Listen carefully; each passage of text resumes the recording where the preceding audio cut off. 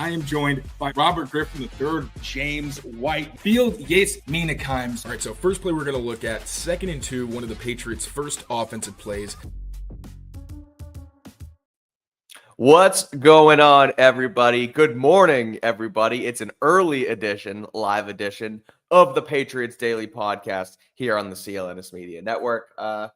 We say early, it's really 10 a.m. Most of the world is up and at it right now. So hopefully you guys are, in your cubicles at your work and here getting our notifications and ready to listen to us jab and go back and forth for a little while about some new Patriots news. If you are here, we'll talk about what's going on. And then if you have any questions, throw them in the chat and we can try and go back and forth with you guys for a little while here. But let's start off with the big news, Taylor, and that is Stefon Diggs. The Patriots are making things happen finally in the wide receiver department here. According to Chad Graff of The Athletic, Stefon Diggs is in Foxborough and is set to meet with the New England Patriots. As we know, Diggs is 31, coming off an ACL tear, 1 season in Houston.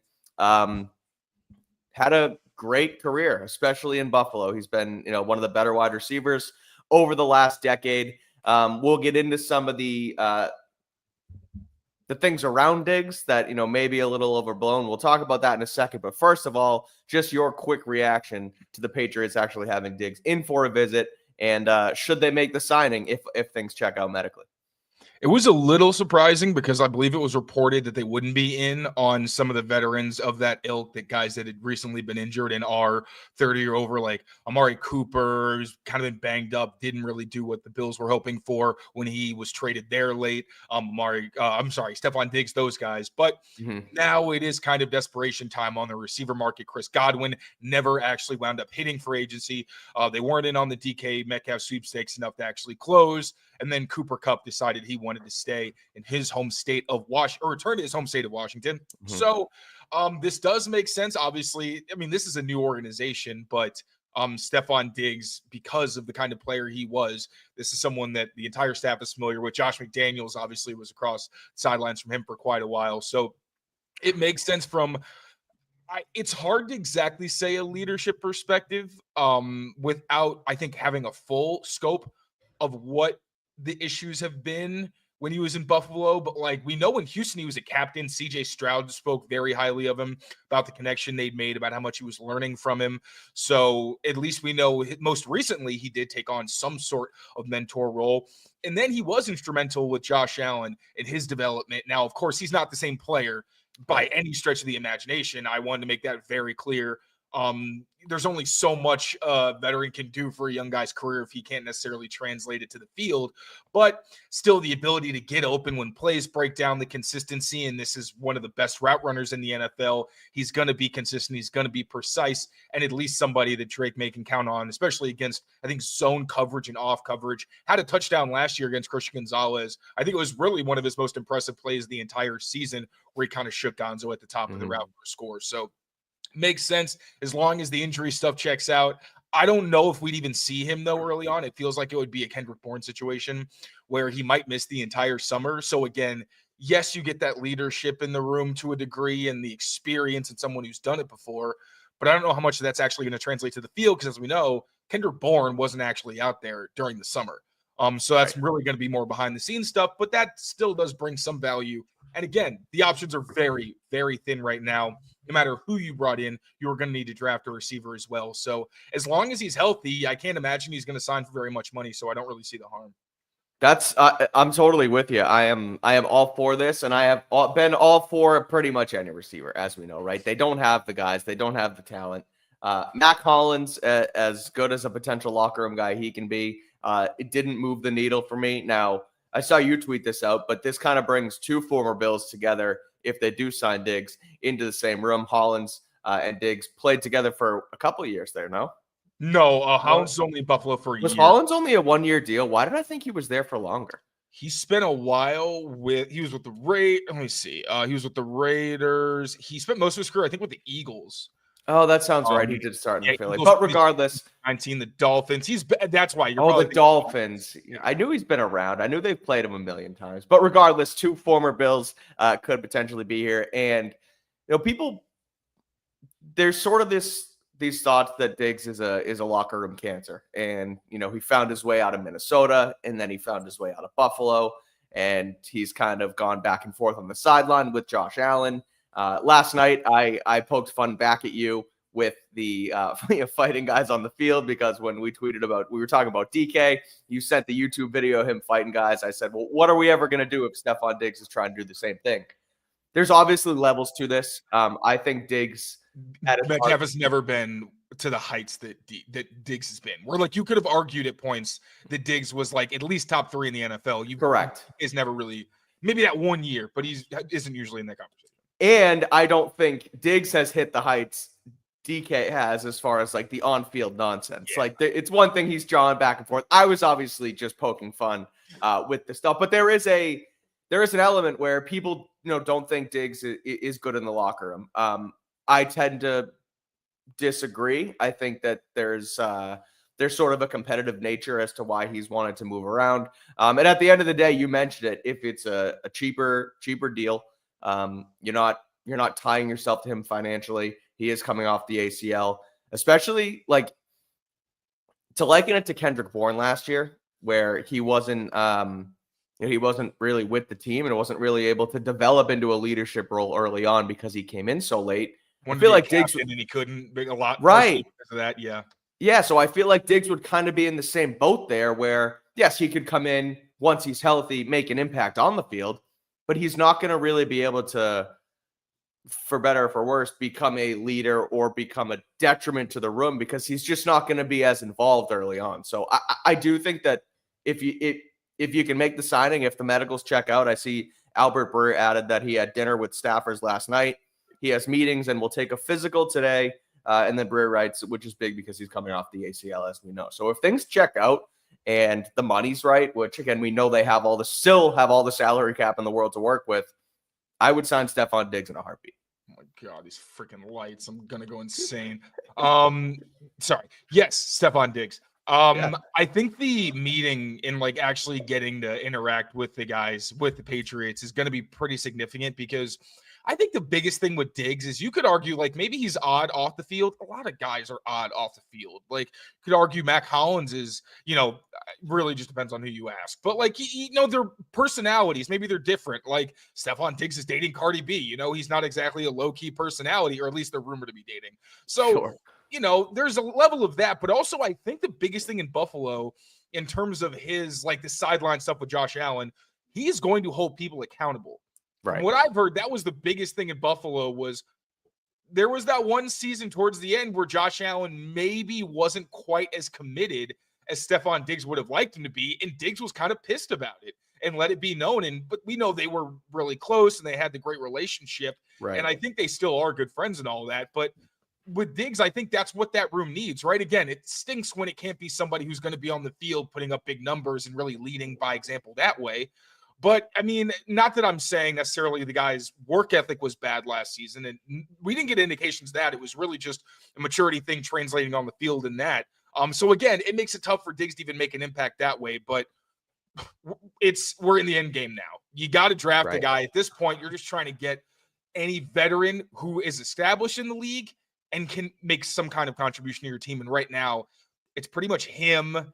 It's Amari Cooper. Is there anybody else? Because Brandon Cooks, I think, is still out there. Brandon Cooks, yeah, but he didn't play half of last season, and he only spent one season with the Patriots also. So there is that brief overlap. And as much as I like Cookie, clearly they are more interested in Diggs. So Brandon Cooks was sensational, 5, 6, 7 years ago when he was here with the Patriots, had that one great year. Now it's like you said, it's kind of similar to Diggs coming towards the back end of his career, but has not hit the heights Stefon Diggs had. And again, he was great in Houston last year until he got hurt. And ACL tears too now are different than they were, 4 or 5 years ago, where guys come back and guys rebound. And now granted, over 10 years ago was the great Adrian Peterson season where he ripped up his knee, and the following year came back and, basically what came 9 yards shy of breaking the NFL's record. So that should never be the expectation. Also, Diggs just of course, even last year, it wasn't very, I'm not going to say it wasn't impressive. Like he was still productive and all that, but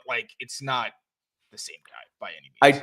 I don't expect him to well, obviously don't expect him to break the rushing record. I don't expect him to, go out here and break wide receiver records. My point being, though, is that guys can come back from these ACL tears and still be productive players. It's not like it used to be 20 years ago when, it was similar to an Achilles where guys were never the same. Like, these things happen. Guys rip up their knees and can come back, just as strong, if not stronger. So, we'll see where this goes. Something to monitor today. He is in Foxborough. He did meet with the team last night and will continue to today. So, if anything happens later on today, maybe we come back and do an emergency pod. But for now, we are on Diggs watch. We'll get to some other Patriots signings. We will play around with the chat and answer some questions in a few minutes. The Celtics sold this morning. Celtics sold for $6.1 billion. Bill Chisholm, a managing partner from California, I want to say. So that's some other New England sports news here. The biggest sale in professional sports history. They did pass the Washington Commanders, who sold last year. But I digress. We'll get into the rest of it in just a second. Before we do, quick word from our friends over at Prize Picks. We'll be right back.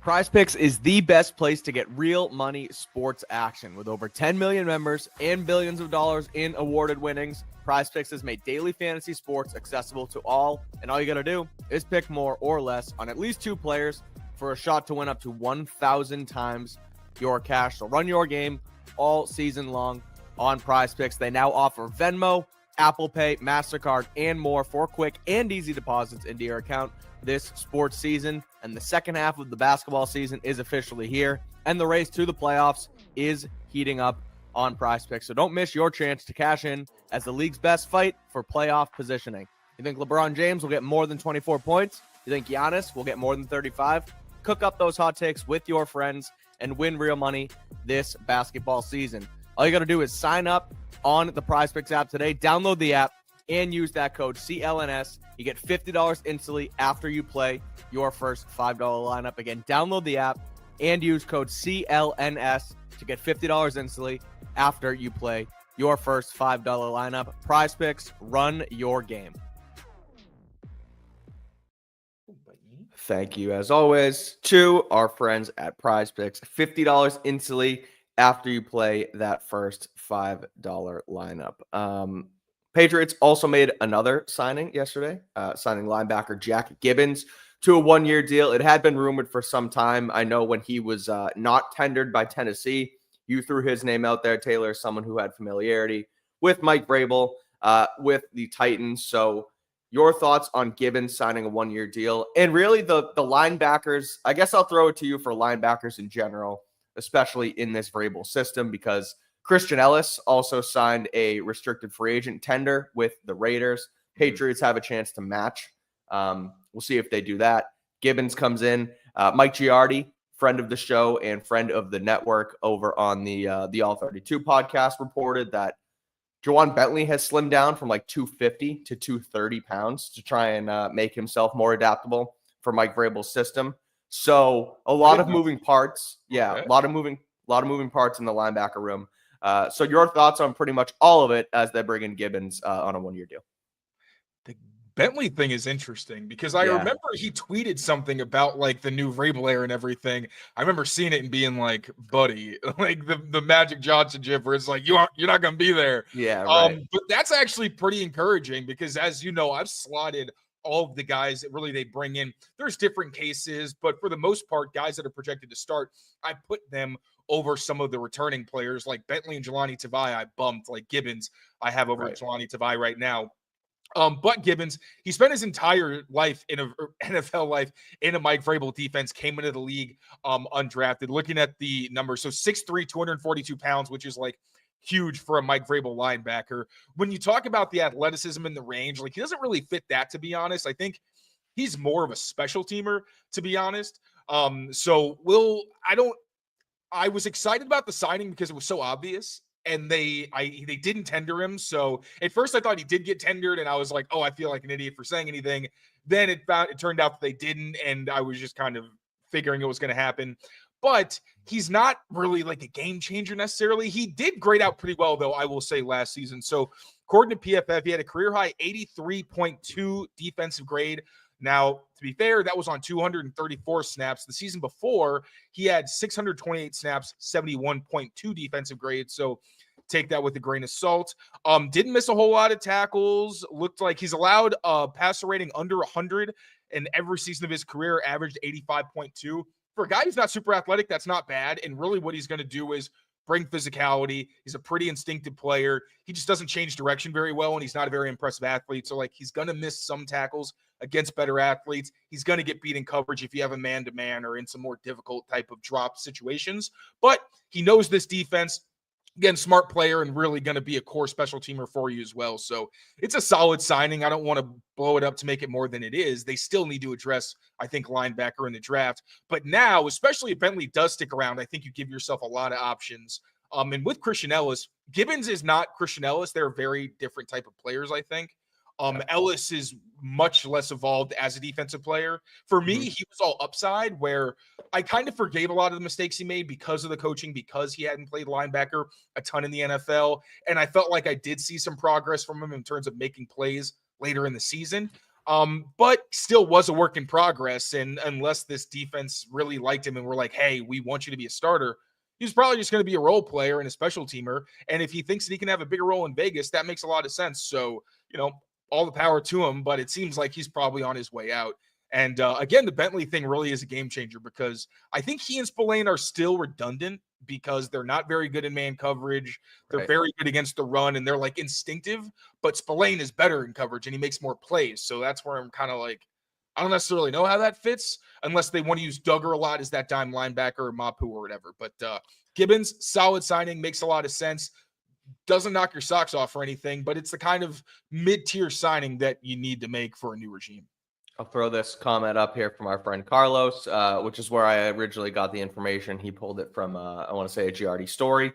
And Giardi already got mad at him saying he slimmed down to 230s, not 230 pounds. So he's in the range. He hasn't quite hit 230 that yet, makes sense. Like losing 20 pounds is right. a lot. Yeah. I didn't figure it clearly 230, but 230s is still significant. Yeah, slimming down and getting right for, a more athletic style of defense that you might want to play is obviously, shows the commitment towards wanting to stay on the team instead of just being, the odd man out and going from there. So Bentley slimming down. Jack Gibbens signs a 1-year deal.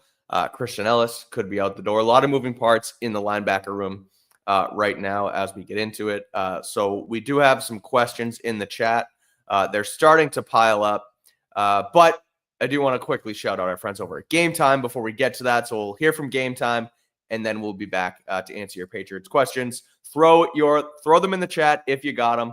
We'll hang out for another 10, 15 minutes or so to do that. But first, Game Time. Be right back. Patriots Daily is powered by Game Time, the best place to get tickets to your favorite events. And it's not just sporting events. There are also tickets to shows and concerts as well on the Game Time app. And they have our favorite feature, the Game Time Picks feature. That makes getting those tickets even easier, filtering out the fluff to show you only the incredible deals on great seats. So you don't have to waste time searching through thousands of tickets. And as you know, NBA playoffs are approaching and the NCAA tournament is also here. The first round will take place in Providence, Rhode Island. So if you're local and want to get to those games, you could get into session 1 in Providence for Friday and Saturday right now for as little as $125. And you get to see 2 games at that price. It's High Point versus Purdue and then McNeese versus Clemson. So get in on it right now. Head over there to Game Time. That is the all-in price as well, that $125. You got to toggle that on in the app. It's my favorite feature. So take the guesswork out of buying tickets with Game Time Picks. Download the app, create an account, and use code CLNS for $20 off your first purchase. Terms apply. Again, create an account and redeem code CLNS for $20 off. Download Game Time today. What time is it? Game time. There we go. I'm listening to that freaking, that read, and I recorded it the other day, and I'm stuttering all over myself. I got to be cleaner than that. But regardless, it is game time, and March Madness is here. I know it's 10:20 and tip-off is at 12:40, but if anybody in Rhode Island is local and wants to go down to Providence, first round tips off 12:40, High Point versus Purdue. And I'll do a live look at Game Time right now and see what the prices are, because you get into both games, as I said, same session. And let's see. March Madness. $151, Providence, Rhode Island. And you get into, session 2, Arkansas versus Kansas and Omaha versus St. John's. That one's even better because Rick Pitino's in town, used to coach at Providence. Calipari used to coach at UMass, so a fun one. They could potentially match up in the second round. So again, if you want to head down to Providence, go watch some March Madness games, use the Game Time app and use code CLNS for $20 off your first purchase. Terms apply. All right. Let's hang out with the chat for a few minutes, answer some questions before we get out of here on this lovely Thursday morning. First and foremost, wide receivers in the draft, Taylor. Matthew Golden, should he be wide receiver 1? Should we trade back and draft him? I'm going to jump in and say I like Matthew Golden. Wide receiver 1 is a stretch because Travis Hunter's wide receiver 1. Travis Hunter's wide receiver 1. And Ted McMillan might be wide receiver 2 in that whole, in that thing. But regardless, your thoughts on Matthew Golden and should the Patriots try and target him? I really like Matthew Golden, but for me, I don't think he blocks well enough to be a Z in Josh McDaniels' offense, at least consistently. And I just don't know that he's physically imposing enough to be an X. Now, in some offenses, I don't think that'll matter as much, but for them, it just seems like kind of an odd fit for someone they would have to, make an effort to try and go get. I still think, obviously, Travis Hunter's number 1. Ted McMillan is 2 or 3. I think you could debate. I need to watch Luther Burden, honestly.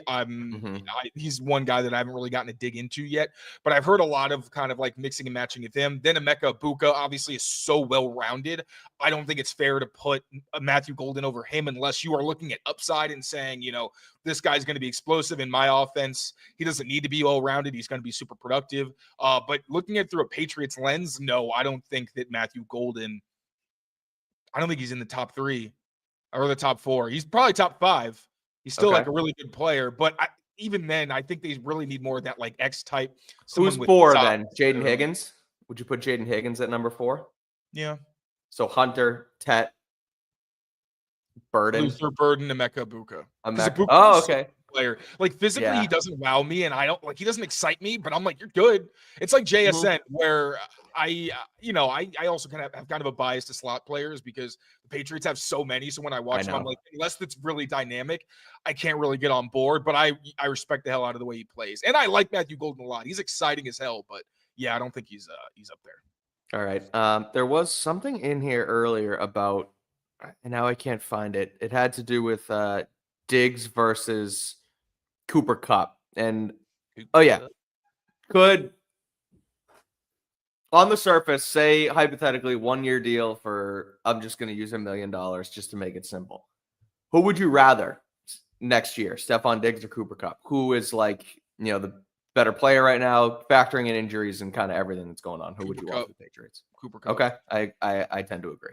He's healthy. He's bigger. I think he brings more verticality. There's nothing I think that Stefon Diggs can do right now that Cooper Kupp can't. So the reason you would do Diggs but didn't want to do Kupp then is purely the money and kind of the value. I would have been fine if they again. I don't know what their line is, but if he wanted so much money that they were just this is irresponsible, then I get it. And with Diggs, it's going to be super cheap. This is the first meeting he's had. So it's not like this guy's going to be asking the world. That's why I feel better about it. But yeah, if I could have picked between the two, absolutely would have preferred Cooper Kupp. Got it. Just off-field stuff is way easier to project. The guy, he's a family man, runs a coffee company. Cooper Kupp is a lot easier to be oh, this is what he's going to be versus even if Diggs has matured and everything, there is always in the back of your head, I hope it works out. Think it will, but I'm just going to play a hypothetical then just because it's. Oh, you love hypotheticals. I do. I know. Cooper Kupp, 3 years, 45, or Steph Diggs, 1 year, $12 million. Say the first one again. My cat was meowing in the background. I saw it run away behind you. All right, so you give Kupp the Seattle deal, 3 years, 45, or Steph Diggs, call it 1 year, $12 million. I don't know what he's going to sign for, but we'll say 1 year, 12. I mean, probably just Diggs. I don't think Cooper Kupp is going to be a big part of this offense, and hopefully not even after 2025. Okay. If he is, I think you got real problems. So really, Yeah. like you're talking about a 1-year deal, yeah, that makes more sense to me for an aging player, especially Okay. $15 million for 2 years for a guy who might know. get. Like, yeah, I just don't think that makes any sense. All right, we'll go back to the offensive line here. Tevin Jenkins is still out there, still a free agent. I believe he visited with, where did he visit? Seattle the other day? Yeah, I think you're right. Okay, so he's still out there. Would you sign him to potentially play left guard here? Is that still an option for you? What are your thoughts on continuing to improve the offensive line in that facet? The fact that they haven't expressed a lot of interest tells me they'd rather just go with the guys they have in house. Like, I think they wanted those, like the established veteran, like Brandon Scherf is kind of an interesting one. He's mostly played right guard, so I don't know if he'd be a fit or if he'd want to go somewhere where they're rebuilding and he'd have to switch sides. Like at that point, just stay in Jacksonville, and kind of help with their new regime. But, like Tevin Jenkins is a young player, is probably looking to get his career back on track. I don't know if he'd even be willing to come to a situation where he would be battling with Layden Robinson, who was drafted last year, who is healthier, who I think has not more upside, but still has starting upside. Like, I just don't know if that's the kind of competition that Tevin Jenkins would want to insert himself in. Would probably rather be in a spot where like they're gonna draft someone and maybe he gets a year like to prove it. I just don't know how much sense that makes for him to come here. Even though talking about it made sense, but now seeing how the Patriots have looked at the market, I just don't know how well they would mesh. Although the Thomas Brown connection and Jason Huff-tailing is obviously there. Oh, that's right too. Okay, so yeah, there is something there. But I think now, granted, they did sort of flip on Diggs here before, after not having much interest prior. But again, you look at it and see maybe where Jenkins's market is, and if there's a number you want to get to, or you could get to and sign him, then sure. And as we all know, they still have a ton of money to spend, but you still want to be aggressive but not reckless, like Mike Vrabel has said with it. So yeah, exactly. Yeah, I mean, again, if the money's right, sure, but I'm not gonna exert myself for Tevin Jenkins. I think, with Bradbury in the mix now in the interior, Cole Strange has the ability to kick out to the left. You still have Layden Robinson. So again, we'll see where that goes, but I'm not going to overextend for a guy in Tevin Jenkins. We talked about Marte Mapu a lot, yesterday with Brett Coleman on the show. Is this the breakout year from Mapu for you, Taylor? Where does he fit into what they're going to try and do under Terrell Williams? I'm done trying to predict what happens with Marte Mapu, to be honest. If he's healthy, if he has a good camp, then we'll get excited and we'll hype him up then. At this point, he's way too inconsistent for me to expect anything. As exciting as he is at times, he also just like makes you want to pull your hair out at the same time. I don't think it's all his fault. I think they put way too much on his plate early on for someone who has missed so much time, and it just like doesn't really connect there. So if this system can be like, hey, play man coverage against tight ends, if you can do that and you want more, we'll give you more. I think they just gave him like a freaking buffet when he wanted a snack, and they were like, no, you at least have to taste every single thing at this buffet. And he was like, dude, I wanted a Snickers. So, and he's a smart kid, but it's just, we know, like we talked about with Brett, they gave him the green dot when he hadn't played summer. It was right. And I know they were desperate, but it's like those kinds of things where he'll miss all this time in the offseason that's integral to you gaining chemistry. And then he gets thrown into like play 4 different positions and tell everybody what to do. And on top of that, the poor guy, like he just can't take on blocks. It is what it is. Like he's not Duggar. He's not built like he's a big guy. Right. That's why people, I get the linebacker talk. And yes, in this Vrabel system, he makes more sense. But I have not seen Vrabel linebackers get bullied as consistently as Mapu gets bullied in the box. So I would love him in passing situations. If you want him on the field on early downs, put him at free safety. Hopefully his tackling becomes more consistent. But if he has a role in this defense, I think you just want him manning up against linebackers. And then if he can take on more and you feel like, okay, he's comfortable, some robber stuff where you can use his vision and his range, but like keep it tight early on, because like I'm sick of watching Marte have to do all these things, wear all these hats. And to be fair, I don't think Vrabel's defense is versatile in that way. I don't think they ask guys to line up all over the place. It's like, you're the slot, you're the corner, you're going to be a corner and our nickel. And really it's just like dime where they start integrating guys a little bit more. So I think it'll also be a system that's a little bit easier for him to pick up. Yeah.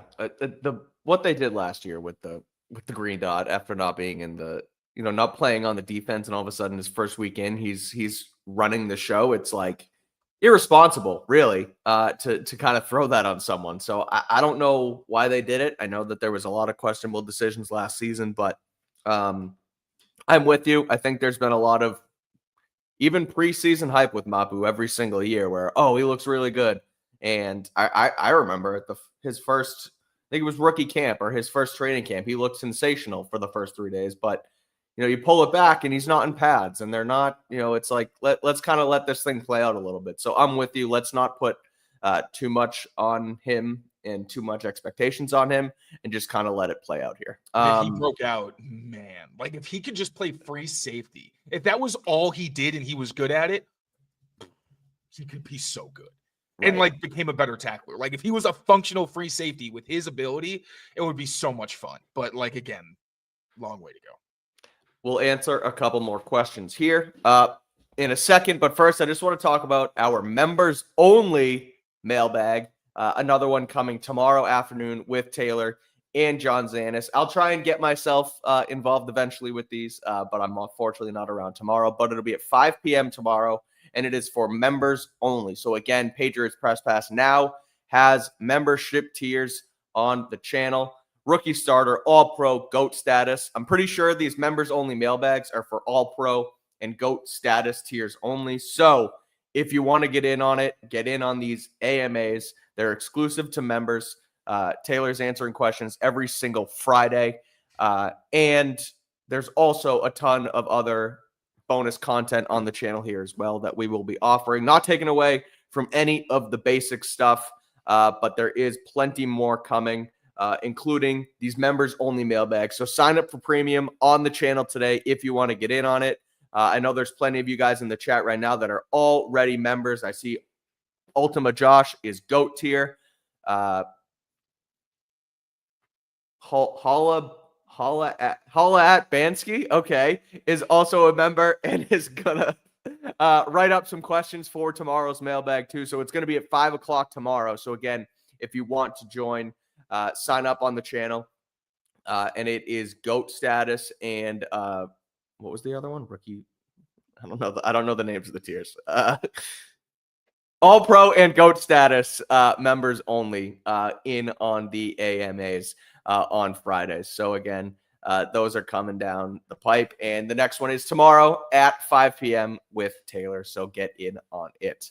All right, we'll answer a couple more here before we bounce. And then, as we know, what are we saying? Come on, Mike. Did I say something wrong? Or the holla at band? I don't know. Okay.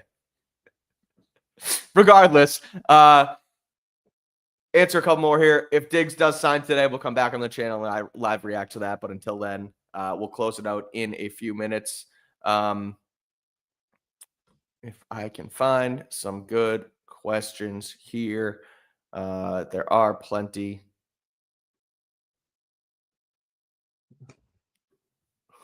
You're an idiot. Mike isn't even a rookie. Thoughts on Chris Paul Jr. as a day two target? Oh, Andrew, a member as well. Shout out PGS Nest. Shout out. Chris Paul Jr., anything for you? I know that Brett talked about him a little bit yesterday on the show. I know that they did an interview with him, and he's a really smart player. There was one clip where I think he picked off a pass, and he did something his coach told him not to do, and he got to the sideline, and he was like, "I'm mad at you, but I'm not mad at you because you got it done." I know Barth loves him. I haven't gotten to dive into the film, but I mean, they need linebackers, so apparently I suck at scouting them, so I'm not the one to ask. But everybody does. It's definitely a need, I think, for this team. It's not something that they've addressed sufficiently, unless they really have a new vision for Bentley and Tavai. But either way, Bentley's deal is up next season, and he's getting up there in age, even if he does lose weight. So I'm not exactly sure that they're exactly stocked. And even Spillane is getting up there in age as well. They need some youth at that position regardless. We just got a fat super chat. $20. Eric Griffin. Y'all are killing it this offseason. Keep up the great content. We appreciate it, Eric. Thank you so much.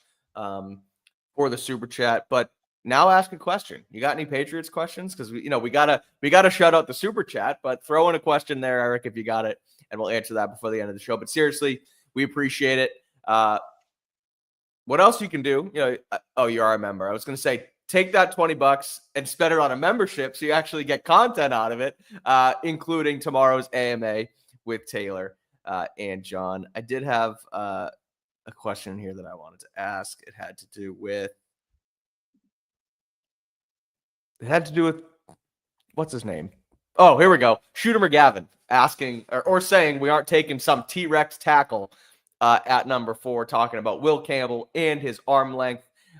Shout out Shooter McGavin as well, because Happy Gilmore 2 coming out this summer. The trailer dropped the other day. But I digress. What's your thought on Will Campbell at 4? I know we've talked about it ad nauseum, but where are you now as we sit here on March 20th with them sticking and picking at 4 and taking a tackle? Is it Will Campbell? Is it Membu? I saw someone say Kelvin Banks in the chat earlier. What's your thoughts on picking at 4? I am pretty much where I've always been, and it's really just kind of been it's been more reinforced. I was hoping for some defensive line help, is because I really like those guys more than I like the offensive players at the top. That doesn't seem like it's going to be a priority for them because they filled all their top defensive line spots. But Will Campbell still, is it ideal? No. You would like a left tackle with more upside. It's why I've been kind of pumping Armand Membu's tires. But the reality is there's no left tackle in this draft class that you know for a fact is going to be a great left tackle. It's mostly guys that you know are probably going to be good left tackles, but their ceiling is capped for one reason or another. Or it's a guy like Membu where you're projecting him playing the other side, which of course isn't necessarily the major projection that some make it out to be, but that's also a person-to-person thing, as we saw with Chooks, as we saw with, Marshall Newhouse said that when he came here, he just could not switch sides and it didn't feel natural to him. So, this is a talent-deprived team at premium positions, wide receiver and left tackle. Left tackle is the hardest position to find outside of quarterback. You just don't see people that are big, that are athletic, that are able to go up against guys who are better athletes than them every single week without help. So is, Will Campbell ideal? No. Is his best position in the NFL tackle? Ask Brandon Thorne. Actually, you don't have to ask him. I did. It's on an episode that we dropped yesterday, so check that out. But, bottom line, you're learning. Right. But bottom line, I think people need to understand, and this is where I kind of strayed from this path, but I'm back on it. We're Patriots need offensive line help. They need good offensive linemen. You can't get picky because your options are nothing. You don't have any other backup plans, and there weren't any better plans. You could have maybe traded for Laramie Tunsil, and then, you don't get your second-round pick. The team wants their picks. They think that they can draft and develop these players with the coaching staff they have in place. Let's see if they can do it. Eric Griffin, who did drop the $20 super chat, says he's GOAT status already. So hopefully he'll come in with some questions. But he did actually drop this, which we'll close out with here as well. And it does involve the offensive line once again. Can Vederian Lowe grow under Doug Marrone, or is it a bust with him? Now, as of right now, Vederian Lowe is your left tackle. And as we know, he's not the best option, but he did I guess he outperformed his. I don't know why I'm losing my train of thought. He played better than people think Vederian Lowe did last season. So what are your thoughts on him? Can he grow under Marrone, or do we need a left tackle? I know we need a left tackle in the future, but your thoughts on Vederian Lowe stepping in next season? I think it's important to remember that just because someone isn't great or a really good starter doesn't mean they're not an NFL player, and it doesn't mean that they're not good at their role. So I would not call Vederian Lowe a bust. If anything, I think he kind of started to reach what his ceiling in the NFL might be. Where Andre Weingarten, actually, when we did our roster, that dropped earlier today also in the dead of the morning. I don't know why we dropped it at 7 o'clock. But in that episode, Andre talked about how Vederian's arms might be too long because he doesn't have a very strong punch, and because he ends up hitting people so far away from his body and he needs to go so far, it's way easier for guys to knock his hands down, and why his first season he was a little bit of a disaster because against better rushers, they knew the two-hand punch was coming. And in the NFL, if you lose both of your hands, unless you're a really good athlete and you recover really well, there's nothing you can do. Vederian doesn't recover all that well, and it killed him. Last year, we saw him being able to use his independent hands. So if they knock one down, it's okay. I've got another to recover. And that allowed him to stay more competitive and kind of reach his ceiling of being, I think, a quality spot starter. he's someone where if he has to play like 3 games for you, 2 or 3 games for you a year, it's not the worst thing in the world, right? Unless you have a young developmental player, you're not going to find a whole lot of backups, I think, at left tackle that are better than Vederian Lowe. We're like, hey, say what you want. He was still in the top 32 of offensive tackles, right? Like, is that great? No. But again, he's at least up there with the top 32 versus being at like 50 or something where you're a little bit more worried about him as a depth option. So I don't think he's a bust, but I think he's not a starting tackle. And that's fine because there aren't a lot of starting offensive tackles on the planet Earth. So it's, it is what it is. I just started to talk and realized that I was muted because I had to sneeze earlier. But I am I'm with you on the Low front. I think he's fine. He's been fine, but you still need a long-term option at the position, especially now, with a quarterback in Drake May, who you want to so desperately protect. So on that note, we will leave it at that for now. Thank you guys for tuning in with us here on this semi-emergency Stefon Diggs reaction / mailbag episode of the podcast. Taylor will be back tomorrow with John, 5 p.m. AMA mailbag for members only. So check it out. Sign up for our premium membership today. We also have some other interviews coming later on in the week, so stay tuned for that. And as always, we will be back on the channel if anything breaks. We have our eyes on Stefon Diggs. We're officially on Diggs watch here in Foxborough. So tune in and see if the Patriots ultimately sign the former Buffalo receiver. Until then, thank you guys for watching. We appreciate it. As always, take care of yourselves. Take care of each other, and we will see you very soon here on Patriots Daily. Peace out, everyone. Bye.